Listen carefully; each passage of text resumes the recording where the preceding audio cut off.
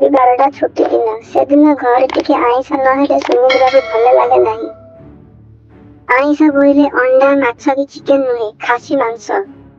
ଯଦି କୌଣସି କାରଣରୁ ସେଦିନ ଖାସି ମାଂସ ହୋଇ ନ ପାଇଲା, ତେବେ ସୁମିତ୍ରାର ମୁଡ୍ ଅଫ୍ ହୋଇଯାଏ। ଛୁଟି ଦିନଟା ବେକାର ହୋଇଯାଏ।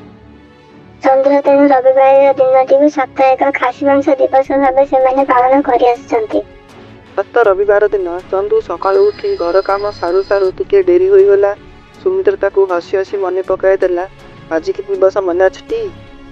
ଚନ୍ଦୁ ତରବର ହୋଇ ଧାଇଁଲା ପାଖ ଛକକୁ। ସେତେବେଳକୁ ମାଂସ ବିକ୍ରି କରିସାରି ଦୋକାନୀମାନେ ବାହାରି ଗଲେଣି। ଚନ୍ଦୁ ନିରାଶ ହେଲା।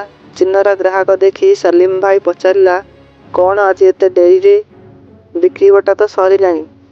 ଚନ୍ଦୁ କହିଲା, ସଲିମ ଭାଇ ଯାହା ଅଛି ଦିଅ, ନହେଲେ ରବିବାରଟା ଫିକା ପଡ଼ିଯିବ।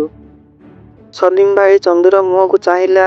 ଘରକୁ ନେବା ପାଇଁ ରଖିଥିବା ପୁଡ଼ିଆଟିକୁ କାଢ଼ି ଚନ୍ଦୁର ହାତକୁ ବଢ଼େଇ ଦେଇ କହିଲା, ଅଧା କିଲୋରୁ ଟିକେ କମ୍ ଅଛି, ଯାହା ଦେବେ। ଚନ୍ଦୁ 350 ତା ହାତକୁ ବଢ଼େଇ ଦେଇ ମଟନ ଧରି ଘରକୁ ଫେରିଲା।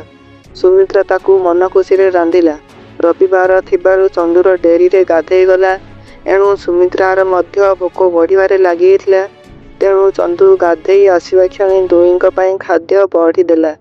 ସୁମିତ୍ରା ମଟନ ତରକାରୀ ସମାନ ଭାବେ 2ଟି ପ୍ଲେଟରେ ପରସି ଦେଲା। ସେମାନେ ସାଥୀ ହୋଇ ଖାଇ ବସିଲେ।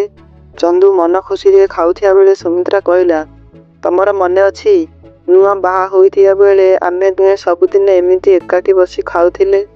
ସେତେବେଳେ ତମେ ନିଜେ ଖୁବ୍ କମ୍ ଖାଉଥିଲ ଆଉ ମୋତେ ଜୋର କରି ଅଧିକ ଖାଇବାକୁ ଦେଉଥିଲ। ଚନ୍ଦୁ କହିଲା, ଆରେ ହଁ, ମୋର ସବୁ ମନେ ଅଛି। ସୁମିତ୍ରା ଆଉ ଟିକେ ଫୁଲେଇ ହୋଇକି କହିଲା, ସେତେବେଳେ ତୁମେ ନିଜେ ଖୁବ୍ କମ୍ ଖାଉଥିଲ, ମୋତେ ଅଧିକ ଖୁଆଉଥିଲ, ତରକାରୀ ଅଧାରୁ ଅଧିକ ମୋତେ ଦେଇ ଦେଉଥିଲ। ଏବେ ତ ସେଇ ଆଉ କରୁନା, ମୋତେ ବୋଧେ ଆଉ ଭଲ ପାଉନ। ଚନ୍ଦୁ କହିଲା, ଆରେ ନା ନା, ସେମିତି କିଛି ନୁହେଁ। ସୁମିତ୍ରା କିନ୍ତୁ ଜୋର ଦେଇ କହିଲା, ହଁ ହଁ, କଥାଟି ସେମିତି। ତୁମର ମୋ ପ୍ରତି ଭଲ ପାଇବା କମିଗଲାଣି। ତୁମେ ଭାବୁଛ ମୁଁ ମୂର୍ଖ, କିଛି ଜାଣିପାରୁନି? ମୁଁ ଠିକ୍ ଜାଣିଛି। ଚନ୍ଦୁ ତାକୁ ବୁଝେଇବାକୁ ଚେଷ୍ଟା କଲା, ଆରେ ସେମିତି କାହିଁକି ଭାବୁଛ? ତୁମକୁ ମୁଁ ଆଗରୁ ଯେତିକି ଭଲ ପାଉଥିଲି ଏବେ ବି ସେତିକି ଭଲ ପାଉଛି। ସୁମିତ୍ରା କହିଲା, ମୋତେ ଆଉ ବୁଝାଅନି। ମୁଁ ଭଲ ଭାବେ ଜାଣିଗଲିଣି ତୁମେ ମୋତେ ଆଉ ଭଲ ପାଅନା। ଚନ୍ଦୁ ଏଥର କହିଲା, ଆରେ ମୁଁ ତୁମକୁ ସେ କଥାଟା କହିବାକୁ ଚାହୁଁନଥିଲି।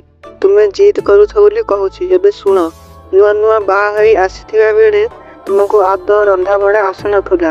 କେତେବେଳେ ଲୁଣିଆ ତ କେତେବେଳେ ଅଲଣା, କେତେବେଳେ ତରକାରୀ ପୋଡ଼ି ଯାଇଥିଲା ତ କେତେବେଳେ ଦରସିଝା। ଅନେକ ସମୟରେ ସେ ତରକାରୀ ପାଟିରେ ଦେବାକୁ ବି ଇଚ୍ଛା ହେଉନଥିଲା। ଆଜିକାଲି ତୁମେ ତ ରନ୍ଧାବଢ଼ା ଶିଖିଗଲେଣି। ତେଣୁ କଥାଟା ଅଧା ରଖି ଚନ୍ଦୁ ଗୋଟେ ପିସ୍ ମଟନ ପାଟିରେ ପୂରେଇ ଦେବାକୁ ଲାଗିଲା। ସୁମିତ୍ରା ମୁହଁ ମୋଡ଼ିଲା।